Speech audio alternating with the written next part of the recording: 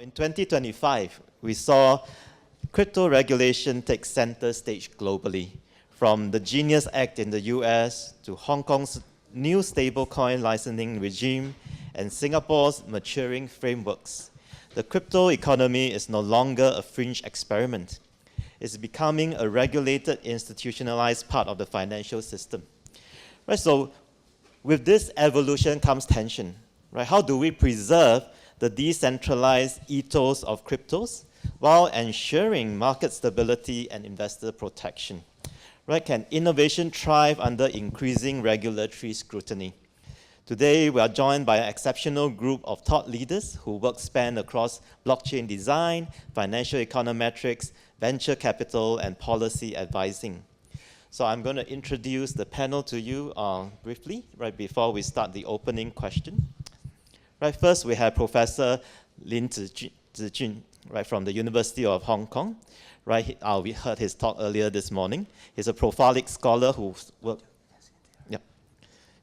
work has appeared in top-tier journals like American Economic Review and Journal of Financial Econometrics. Right, Professor Lin research bridges behavioral finance and market dynamics, and his insights has shaped conversations in The Economist, Wall Street Journal, and Bloomberg. Maybe you can just say hi so people know who you are, because I think we're not sitting in the order. Right. Secondly, we have Professor Jiasun Li, right, from George Mason University. Prof. Li sits at the intersection of economics and computer science with groundbreaking work in blockchain, DeFi, and market design. A recipient of the NSF Career Award and the Ethereum Foundation grant, he's advised both US agencies and industry leaders on crypto innovation. Right, next we have Professor Simon Trimborn from the University of Amsterdam. You can just raise your hand as well. Right, he's an expert in econometrics and data science. Prof. Trimborn specializes in high-dimensional time series analysis for crypto and social media, and he's a key contributor to blockchain analytics and sustainable finance, and serves on multiple editorial and scientific boards. Now, we are also very honored today to have industry speakers with us on the panel. First, we have Mr. Gavin Wang from SNZ Capital. Right, Gavin is the CIO of SNZ Capital, and he has backed over 100 blockchain ventures. So if you're interested to get your startup funded, you can talk to him. Right, including Consensus and Ember. With a background in law and economics from Tsinghua University, he brings deep expertise in deal making across both traditional finance and crypto-native ecosystems. And last but not least, we have Ms. Xiao from HashKey Capital. Ms. Xiao is a seasoned investor and a CFA charter holder. She leads investment at HashKey Capital with prior roles at Huobi Research, Hong Hai Capital, and she brings a sharp analytical lens to evaluating crypto assets and stablecoins, especially within Asia's regulatory landscape. Now, just a quick intro of myself. I'm Ernie, and I'm from the business school here in NTU, right? And I'm I also teach blockchain. Now, a major challenge for people who are teaching blockchain now is we have to constantly change our materials, right? Every semester, something new happens, and we have to upgrade. And this time around is stablecoin. So I love to hear from the panel, what their thoughts on this, so that I can incorporate it as well into my course materials. Now, I'm going to start with an opening questions for all our panel speakers. Now, given your academic research or industry background, what do you foresee as the key challenge for the crypto industry in the next 3 to 5 years? Maybe I'll just start from my left, and we'll pass on the mic. Okay, so there's certainly a lot of challenge that the blockchain industry will be facing, and I think I'll just focus on one aspect and on the academic side, so I leave the industry side to other panelists. So to me, I work in the business school. I'm a finance professor, but I also interact with a lot of scholars from different fields, information systems, computer science, and I noticed that like blockchain, as you can tell, just from this conference here, it's a very interdisciplinary field. And I think the challenge for academia is that the incentive structure in academia is still very well structured around discipline lines, right? So it takes a lot of entrepreneurial effort to actually try to break across different interdisciplines. And but I think if we can somehow, like, I think the fact that we are having this conference is great because it's really interdisciplinary. But if we can do more to break away from the traditional interdisciplinary lines, and also more importantly, try to think about ways to align the incentives across for scholars across different areas, then we can probably see more progress. So I think this is one challenge that I can see directly, and I think it's something meaningful that if we can tackle. Yeah. Let's move on to Simon. Thank you, Jiasun, because, well, this is almost as if we pre-discussed that, and I tell you guys, we really didn't. There was no pre-discussion at all, because for me, of course, also coming from an academic background, the biggest issue I see is that when we are like in blockchain, and I look at that with my finance background, what we often do is we look with very simple models at the problem and get out something still very insightful, but the fit is not always the best. But then comes computer science, machine learning, whatsoever. They get an amazing fit, amazing fit to the data, but we no longer understand so well what's going on. And there comes in the clash between these kind of fields. Where do you strike the balance? And what I saw from our own work, when you go into social media analytics or into blockchain forensics / analytics, however you want to call it, there is really a lot of rich data in there, and there we need these methods developed out of CS, machine learning, to really dig into the nitty-gritty of what's going on there. But how to translate that then into something which also works in finance and economics and is transferable into these kind of fields. I don't know whether any one of you ever saw an interview between Bill Gates and one of like night show host. So Bill Gates, when he was on the show, he was talking about the possibility of internet. Like you can listen to the baseball game from this machine. And the host said that, does radio ring the bell? So the whole idea is that this new technology, what does it solve? What kind of the market frictions, transactions, frictions, all this block can be solved? And if you think about it, go back to 2009 when we talk about Bitcoin. The whole idea of Bitcoin is that when you don't trust the central bank, when you don't trust the government, what else can you do? And that's the whole idea. If you don't trust a centralized organization, that's decentralize it. But it turned out to be the case that nowadays we still rely on centralized crypto exchange. And worse, now we are still going to rely on centralized stablecoin issuers. Well, the very difference is that now, this time, the centralized Bitcoin or stablecoin issuers, now they are required to have this 100% asset backing up the stablecoins. So finally, there might be something different going on. So I would see the challenge of blockchain development is that try to convince the public, not just a tiny community, just trying to convince the public. What kind of friction that we solve? This is really new? Do we really need this technology in order to, for example, do we really need like the data really stored in a decentralized or distributed ledger system? Like, if you don't trust the government storing the data, or if you don't trust this particular organization storing your data, think about it. Your tax payment data is in the government's hand. Your medical record is in the hands of hospital.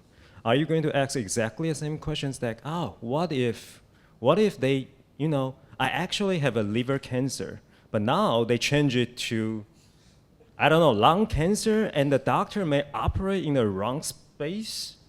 So I should do blockchain on it, such that my medical record will not be tampered. Is that the application? Probably not, right? So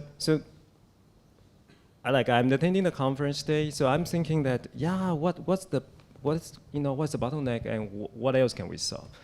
But stablecoin seems to be the way to go, as long as stablecoin this time. It doesn't really create a systematic risk in the society.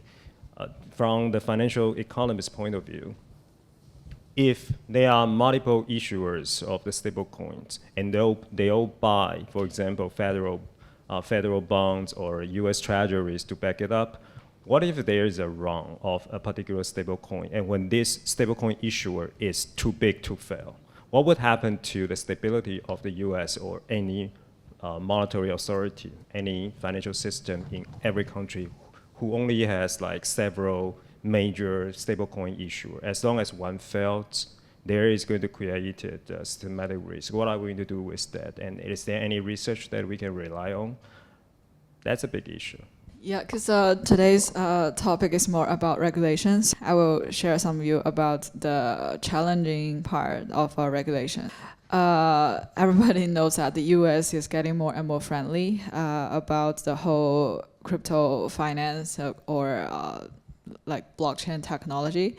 But in some other countries or regions, they are coming back and forth in terms of regulation. So it's a little bit hard for the builders because they need to move from there here to there, and maybe someday they will move back from there to here. So it really creates an unstable like building environment. And also even the US is leading the friendly regulation, and maybe like Europe, they also have their own policies about all this stable coin or other altcoins. But it really creates like isolated ecosystem for blockchain. It doesn't help with a global blockchain environment. So maybe for financial institutions, they need to pick a region or jurisdictions to go for to real use blockchain, or for the local real retail users, they can only focus on their own market, and maybe there is a limit of asset they can choose.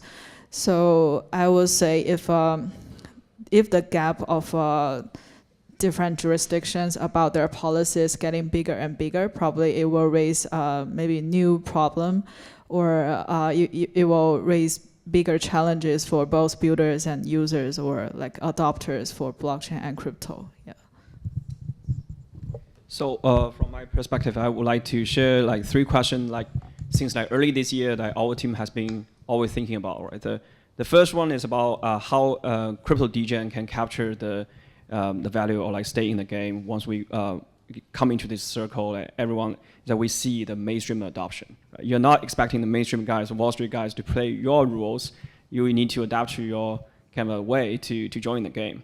The second question is because we are Xiao, like we are mostly focusing on venture investment space. So for venture investment, the risk return profile is getting worse and worse, which means that you either what's the way to capture the industry is booming, but like, you're not on the car, right? So it's a sad thing, right? So either you go to do angel, do incubation, do your own startup, or you move to do AUM business or whatever. So that's the second question, is about business model.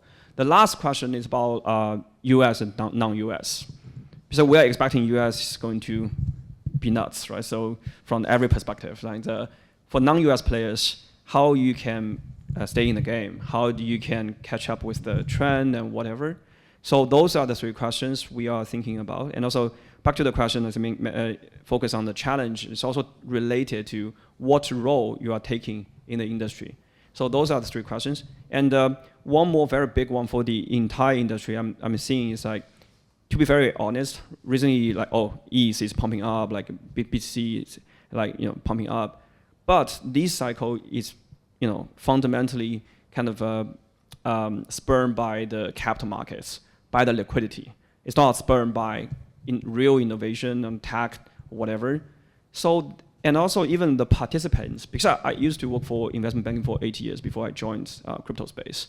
So I see more and more peers coming from my old peers join the industry in a good way and in a bad way, right? So making the market more speculative, making more, but like it drives good intention, or it drives intention in a good way, but in another way, Wall Street changed the game maybe in a bad way. And also they're looking for short-term return. They're making the market more volatile. And even if you're asking the most of the money right now, what they are like focusing on, you will see less and less people looking into like long-term stuff, right? For example, today, right, it's only Xiao and myself like coming from the VCs. What are the other VCs really should be very interested on what the academic they are doing, right? So that's some question I think the industry need to think. Otherwise, at the end of it, because we know like, there will be end of every cycle, then leaving nothing, leaving no progress. Just like that cycle is like A got like billions of money, then retired. Next cycle, B got billions of money, like retired. So what is left?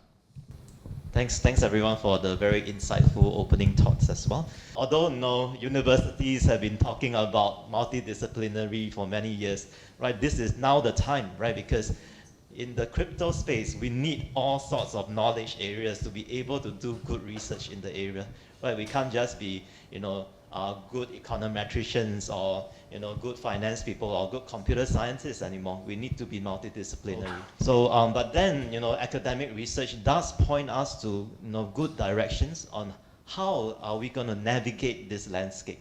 So, Prof. Lin, your work has illuminated investor behavior and market dynamics. So, how do you think empirical research can influence policy making and crypto regulation to strike a balance between innovation and market stability? So that's a very good question. Usually when you look at the financial markets, it happens like this. You have innovators coming up with new ideas or new financial products. In this time, coming up with, let's say, Bitcoin. And then you have unregulated crypto exchange in the early 2010s. And the whole idea, as I say, the whole idea of Bitcoin or cryptocurrencies is that we want to circumvent this central bank and let's try to do our own stuff in a decentralized way. But the problem is that there are always bad guys taking advantage of this very ideal world and trying to be the centralized but unregulated node, such that taking advantage of the early users, right, running away rug pool. And then you have academics not myself, but other professors jumping in to study what's going on. Or for example, you have a pump and dump, and you have price manipulation, or you have whether Tether is fully backed, etc., etc. So then, and even at the world of NFT, it's the same. NFT has certain percentage of the trades wash trade as well. NFT, you also see many projects being rug pulled as well. So then, after seeing that, what can we do as a financial academics? We try to jump in to look into, how severe is the situation? For example, early studies showing that maybe 70% of some cryptocurrency trade are basically wash trade. Jiasun has a paper on this as well. So then, if you are interested, look at his CV. Right. So then when you see that unregulated crypto exchange, they basically just want to be salient. Everyone tries to be really the winner, taking all the volume. So before getting there, then it's a bit like hiring some people queuing on your new open store. That's literally the wash trade in the digital world, right? So how are you going to regulate it? Well, then after the study being published, you see now regulators, when they look into the crypto exchange, or at least this time, when they come up with the Genius Act, or when Hong Kong and Singapore, they come up with the regulation on stable coins, now it is less decentralized. Literally, this is about centralized payment system using decentralized or DLT only.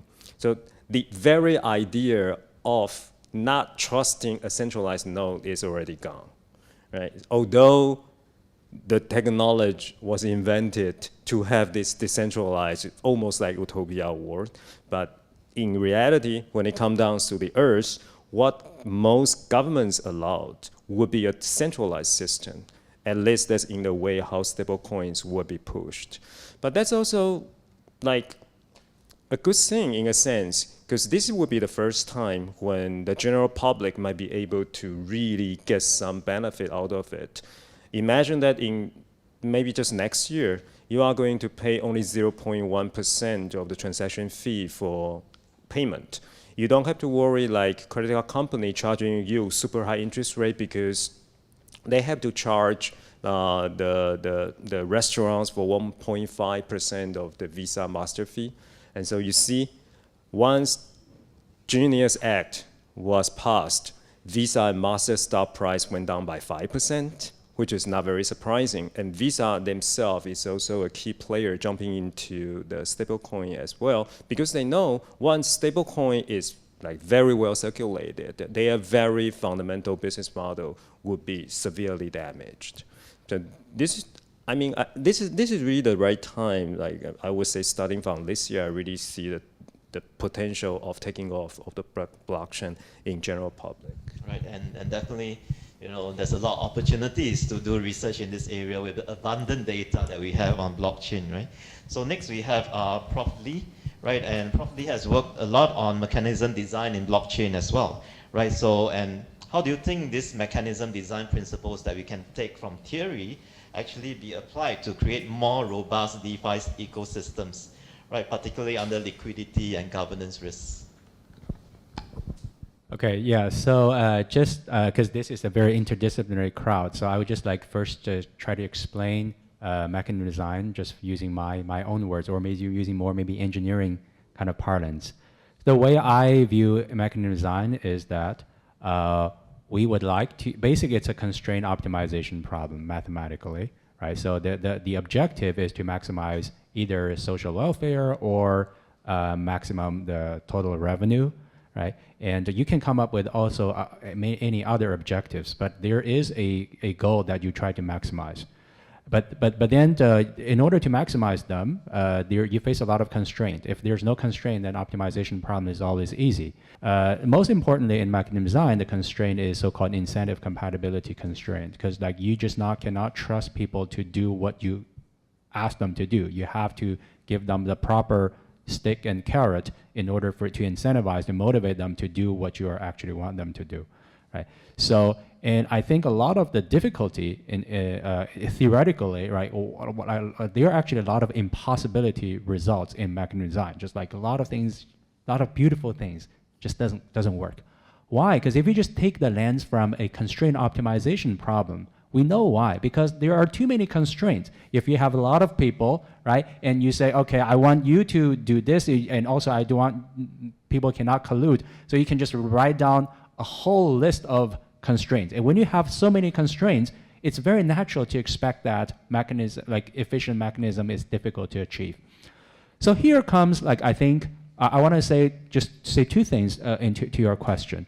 So one is, I think, there is some opportunity in blockchain, especially smart contract, in overcoming some of the challenges that we face in those impossibility results in mechanism design. But also I want to say that the fact that we have a blockchain also brings its own problem. So on the first aspect, traditionally when we think about, okay, so I want to solve this constraint optimization problem. And then like satisfying all these constraints itself basically comes up with so-called a solution concept. Usually it's kind of Nash equilibrium or Bayesian Nash equilibrium, right? But expecting what people are going to do, I'm going best to respond, right? That is what is going to be coming out of this. However, I think if we are doing things in the digital world, and if we have like smart contract, we have programmability, then there is actually the space that people can act is actually going to be larger. Let me give you a very concrete example.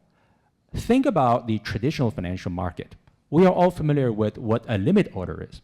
You can think about a limit order is a contingent action, right? Because basically, like in the traditional world, like if you go to the market, you go to a physical market, and you want to buy some physical good, then you basically say, okay, I buy this good or don't, or by how much quantity.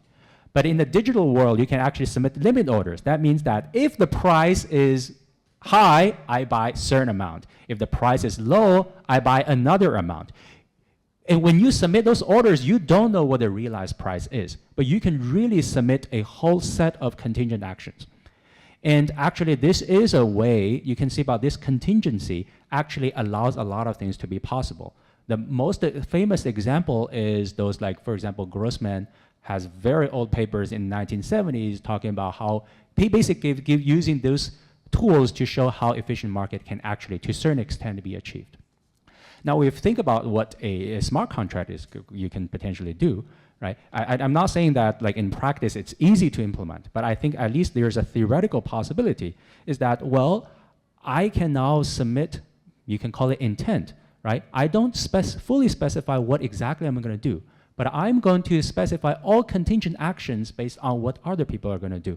So by the same token, you can imagine that there are a lot of impossibility results that can potentially be overcome by just by this ability of submitting contingent actions.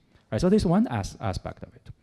But the other aspect of it is that the fact that if the mechanism is run on the blockchain, then what is changing is that in the traditional mechanism design, there's always think about, okay, there's people decide on what to do. There's a kind of a trusted person that is actually operating this mechanism. Now we actually replace them with a blockchain, and that means that we actually are replacing a trusted entity with a whole set of a decentralized group of agents who themselves also need to satisfy their consensus compatibility constraint. So that means on this aspect, the problem actually also becomes a little bit more difficult. So I think this is a kind of very high level overview, but I really want to try to convey is that I think in the blockchain space, with the contractability, with the decentralization, we have new opportunities, but we also face new challenges in terms of mechanism design. Thanks. Sounds like there's a lot of opportunities for academics to actually contribute into the industry as well. Right, so another problem that stablecoins, regulated stablecoins brings, right, is governments worry about instability and problems that will happen with the economy. So let's move to Prof. Trimborn. Right, so your research in high-dimensional time series and crypto analytics is at the forefront of analyzing, shocks and different kind of events on the economy. And so what indicators do you believe are the most effective in detecting early warning signs of instability in crypto markets, based on your research? Thank you, Ernie. I think during my opening statement, you guys already got the feeling that I deeply care about data which are like not standard information, which are additional to what we know, of course. When you come from finance, econometrics, you name it, or just observe markets, we all know past returns matter for the future. Volatility is quite sticky, so you can really well forecast volatility over time. These are classical information we use for detecting market instabilities and so. But here, and that's what Jiasun just in his finish and said very nicely, there are new opportunities, and that's exactly what we have here, because you have now the blockchain out there, which is essentially like SWIFT. For the first time in history, anybody out there can actually monitor what happens behind the scenes of tokens being transferred. Whereas in a regular financial system, only SWIFT can essentially do that. But here, everybody can, even though it's in an anonymized way. And we saw that earlier in Sheng Nan's presentation, that from these kind of data, you can actually learn a lot about what is going on in for these coins, and can infer situations out of that. And what we saw in our work is, when you just look at the blockchain data itself, that you can indeed predict from them better the volatility which is happening on the markets in the future, and with this information enrich what traditional models can simply tell you. However, that's also what I phrased in my opening statement, we need to collaborate there because these data sets are huge, they're super complex, they're non-standard, so you need methods which go beyond what we know from statistics or econometrics.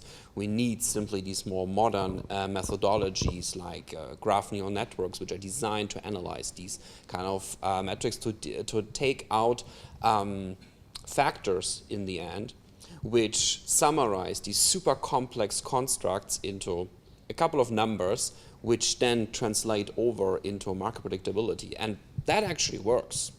We're looking at that, not just us, many others do that. This actually works. The bigger problem is then in the end to, again, try to understand what this number you got out there from a super complex data set with a very complex methodology, graph neural networks in general, actually means. And because in the end of the day, it always comes down to accountability. So these things indeed quite do matter. But in this field, it actually goes also beyond just looking at blockchain data, where fairly a lot is in there. It goes even as far as we can look at what happens on social media. Because a lot what is happening in crypto space is driven out there. These days, I believe a bit less than it used to. So when I started with crypto, most things happened, of course, on the internet. Now we have very different players in there, institutional players, venture capitalists play a big role in all of that. So a bit less, but for certain sub-coins of there, meme coins, of course, social media plays a large role. And what we looked at is, for example, what influential people on social media do. And we looked at first, very classic for like meme stocks, and we figured out that indeed, when you look at these influential people and you look at their change in behavior predates market frenzies by weeks. So if you're actually able to monitor that online in real time, you would be able to foresee a market frenzy and hopefully exit before that. Or if you're the regulator, actually step in. That would be my ideal scenario, that the regulator would use these methodologies and step in so that we don't get these kind of frenzies we heard about earlier today. We're transferring this now over to meme coins, and I'm fully convinced that we will see similar situations there, that you can actually learn from the change in these very influential people, and also whales, as we call them in the crypto world. When you monitor them and their behavior, you learn something of the markets. And there's already evidence out there. When you look at the Terra Luna crash, when you look at, there were some guys who looked at the anatomy of that crash, how they called that, and indeed was found the guys who exited the market first, lost trust in this coin, were simply the early investors and therefore the whales, the ones who held the most money in there. And ultimately this also makes absolutely sense, because when these guys lose trust, they take all of their investment with them, so a lot of invested capital goes out, and of course the market gets shaky then. So monitoring what these guys can do can actually tell you a lot about it. So what I deeply believe is, if you look at these kind of new data sets to learn something about markets, social media, and the blockchain itself, you can learn a lot about market instabilities and hopefully prevent them. Exciting, right? So it sounds like in the next couple of years, it will be a big opportunity for, academics to actually look at this data and maybe, don't release your results yet and make some money first, right? So next, let's move on to industry, right? And so let's start with ladies first, Ms. Xiao, right? How do you evaluate the long-term sustainability of stable coins and crypto assets in light of the evolving regulatory frameworks in Asia, right? How do you look at this, and what should you invest in?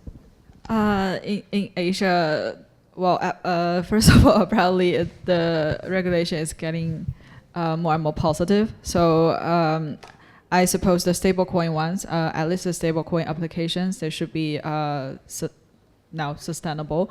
So And also after that, because nowadays most of the stable coins are used for payment or settlement, and this is still at an early stage. But actually, we also have seen that there are other demand for stable coin, especially like for tradings or maybe for like yield generating, because as more and more stable coins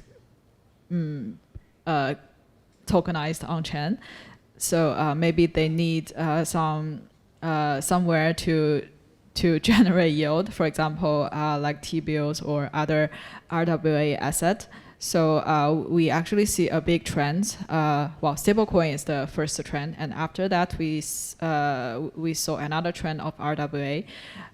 T-bill is already like pretty popular in the US and European market, and in Asia, I think it's getting more and more attractive as well. For example, for us, I think a lot of like venture capitals, if they have spare cash on hand, probably, or spare stable coin on hand, probably they will put it on in on-chain T-bills.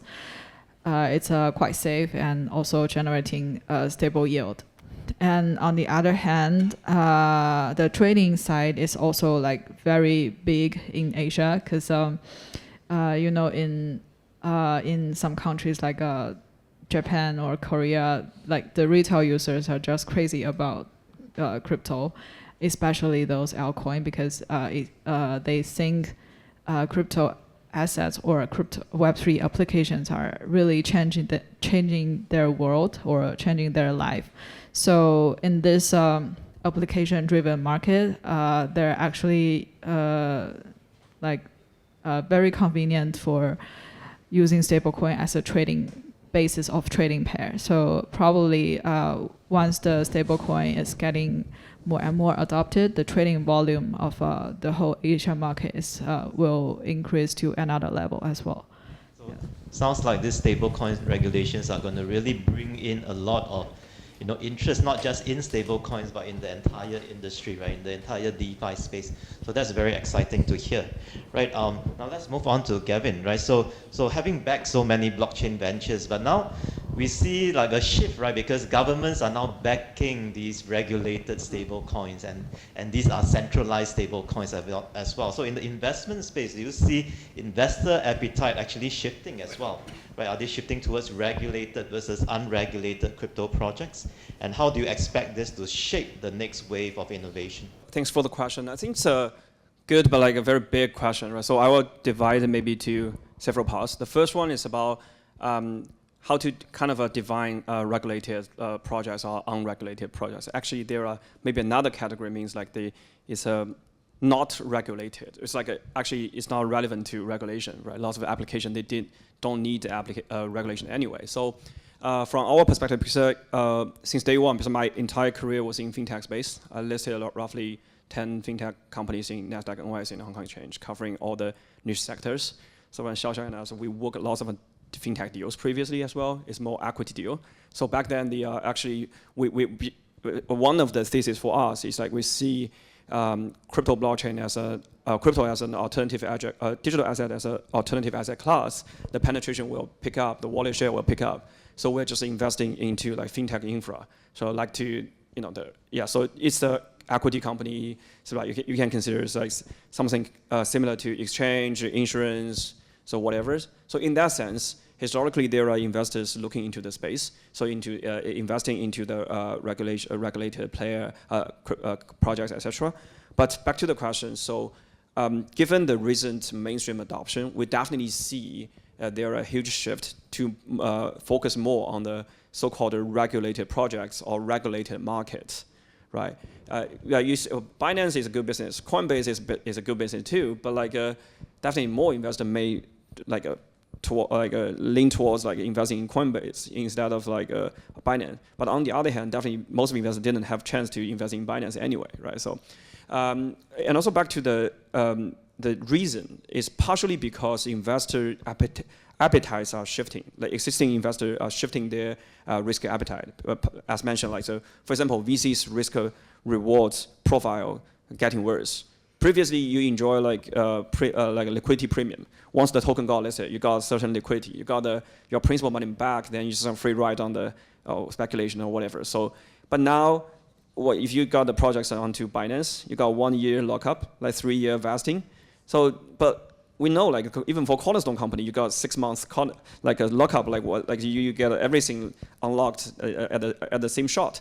So in that sense, you don't even have a liquidity premium. Then why and lots of projects they're, well, not that good quality, but why you are asking so aggressive valuation, right? So that brought back, first of all, investor appetite are changing given the whatever landscape. The second thing is that investor composition is changing too. It means lots of traditional investors are joining into the space, given whatever they have mandate limits, they have mindsets, whatever. So they are definitely looking into more the regulated player. On the other hand, their size are much bigger compared to the traditional so-called token funds, right? Because for example, recently some of the mega US dollar funds came to me, hey, say, Gavin, I would like to deploy $200 million into the payment space, blockchain payment space. We even spent like 2 hours debating. Because like she said, oh, don't you think payment might be the only application the real application in the blockchain space? So why like Ethereum Foundation didn't just didn't like focus on getting one application done first? So well, I got her point because these see things more from the big picture, from the big TAM perspective. Only if the TAM is big enough, it worth them to spend more time to play in the space, right? So the second reason is the investor composition change, also resulting in the shift. Then the last part of your question mentioning what is like how it could shape the kind of the next wave of innovation. I would say several things. The first one, again, as I mentioned, like some of the worry I have and challenge of the industry is like if people focus more on pure capital market stuff, then they will lose kind of a big picture for the future, for the long-term stuff. They will lose interest to invest in very fundamental, long-term kind of stuff. To give an example, right? So for example, in past few years, people spend tons of time in encryption space, ZK, FHE, etc. Oh, well, of course, it's a little bit overheated, but like definitely you cannot not deny there are lots of they help like schools, academic, etc. to at least you hire more like a PhD, a postdoc, etc. You got more resources to do more development. So that's at least it's a kind of a good thing in terms of like a tech development. But now, given lots of ZK, whatever, like the token like trades like a share, so lots of investors say, oh yeah, I give up. I don't invest in so-called fundamental infra anymore. I only invest. Oh, I'm investing in meme coin. I'm investing in I don't know, like say very speculative stuff. So that will be, I would say, that is a little bit challenge for the industry. And the second thing is a good thing is like you see more and more like the huge kind of amount of money. Besides, well, for example, HashKey is the largest fund in the region. They got like the third fund is like when they raised it's 465 million. It's super. Oh, sorry, just to be too specific. But yeah, but they are the largest one.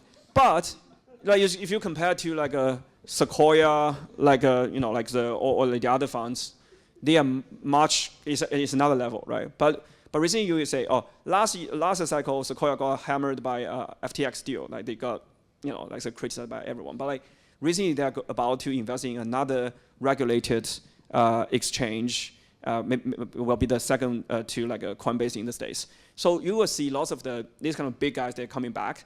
Then, well, and also on the other hand, they didn't get hurt in some of the deals.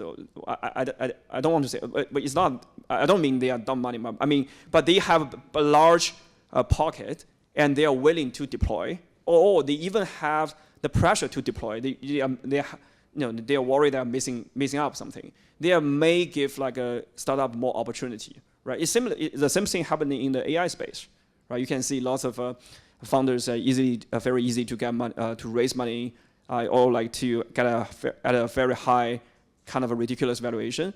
But from founders' perspective, well, I understand there are some projects here, so it may be a good time for you to to get more resources and to stick to build. But like the only advice to you is like once you got lots of resources, try to remember what's the reason why you start to do the startup instead of like, oh, I just retire. Yeah, definitely don't run away with the money after you raise, right? So, but of course, like startups can raise from institutional investors, but of course the DeFi model allows more opportunities as well for decentralized fundraising as well, right? So now in view of time, let's just close up the panel with a short question. How can the crypto economy achieve more sustainable growth while maintaining decentralization under the increasing regulatory scrutiny? So we'll start with my left-hand side. I think it's important that we know that regulation currently still, it's like jurisdiction-based, right? So different countries have different regulation. Even like in the United States, the different states have different regulations. So I think having a certain level of competition across jurisdictions in terms of regulation would be very helpful, and to ensure the decentralization. So actually, like I think what Xiao you were mentioning about that, like because of regulation, like founders, they were kind of moving around, right? So I mean that certainly is not great for them, and but I guess just like anything revolutionary, it kind of you have to go through that process. Just overall, the fact that we still have a room for people to thrive, and then if there's something is really time tested, then our other jurisdictions will learn from it. I think this would be a dynamics that will continue to see, and that's the confidence that I have in terms of sustained decentralization. I believe that too often in crypto, regulation is seen as a bad thing, but that's actually not the case. Regulation is a very, very, very good thing, and we need that, and crypto more, even the more. Too much bad stuff is happening in that industry.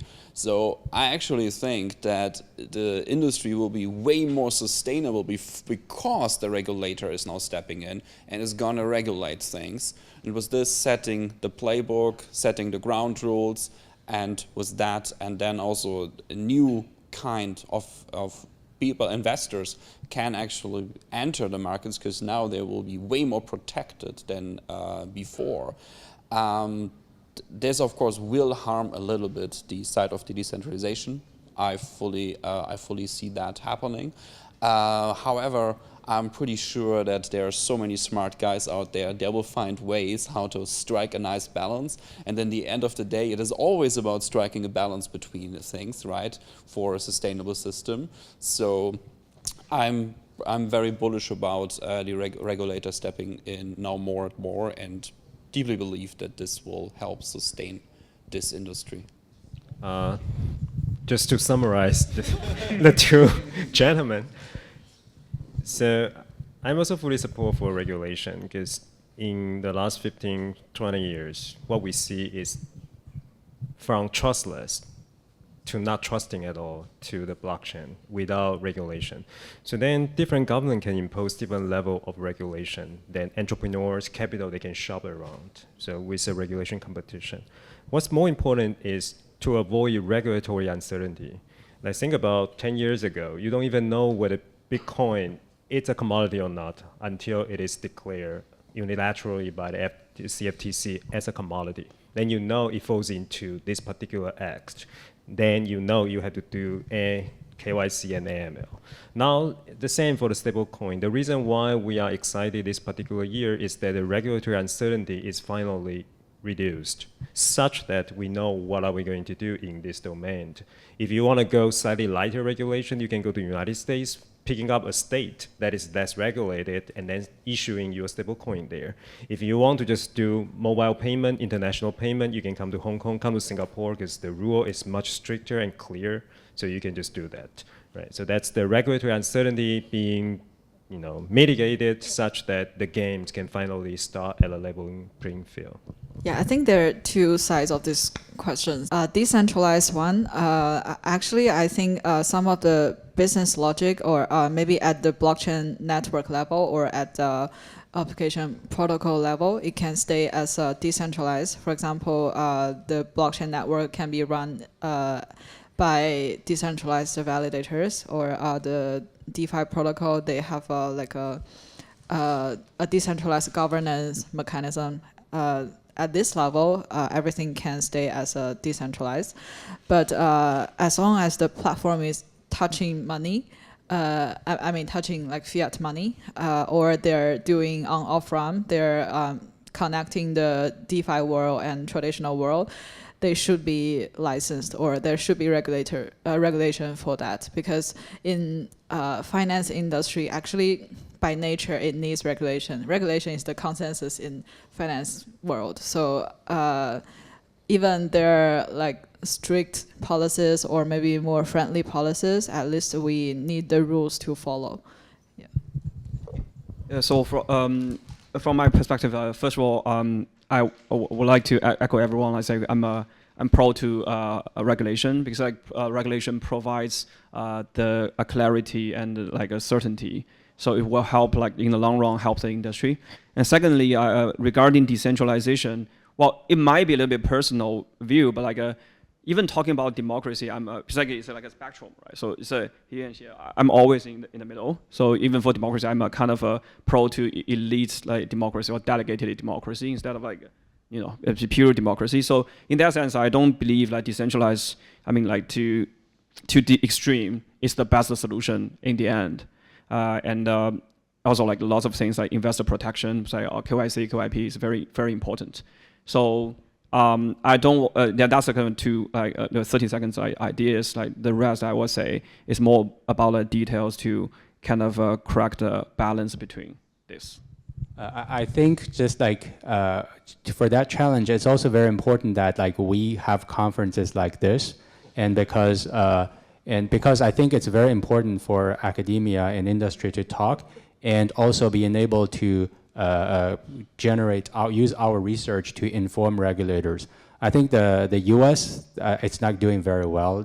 Beginning the new administration, the SEC actually before coming here, SEC sent me an email saying I want to talk about your research. And I know that they are kind of having quite a wide reach out to. I just said, okay, I haven't talked to them yet because I said I need to go to Singapore. But yeah, but I think that like all regulators should learn from the SEC, like just having, not just like having regulator or academic reach out to you. Typically it's not difficult, it's very difficult, but actually proactively reach out to academics, industry people, and listen widely, because these are new topics. It's not, and take your time, but really listen widely and then make more and more informed decisions. You know, I think the best panels are panels that really leave the door open for questions. I remember like 3 years ago or something, I heard Singapore was like has a sandbox. Does it still exist? I mean, what's the status of that sandbox, crypto sandbox that I heard about by MAS? Actually, I don't have many comments on that. I don't understand the very detailed policies right now, but I think Singapore is also stepping in to regulate all these financial activities, including exchange or broker or like all types of financial activities. But for really Web3 native ones, it's not very clear yet. How about stablecoin? Are they working on any new? They don't have a like specific act, like a Genius Act on stablecoin, but they include stablecoin into the whole crypto finance regulations. So it's the framework is very similar to traditional ones. Yeah. Thank you. Maybe I'll just add a bit to that, right? So the fintech sandbox still exists, but MAS basically only regulates, put companies in the sandbox which they currently do not regulate. So when regulations exist, then you no longer need to enter the sandbox. So with the Crypto Act, right, with the State, so with our Payment Services Act, a lot of our virtual payment token providers are already regulated under this act. So there's no longer a need for kind of crypto providers to go under this sandbox. Let's thank the panel for their insightful discussions. Right. And I really hope this panel leaves you with more questions that you have in the back of your mind, and that may lead to more academic research or more investments as well. All right, thank you everyone.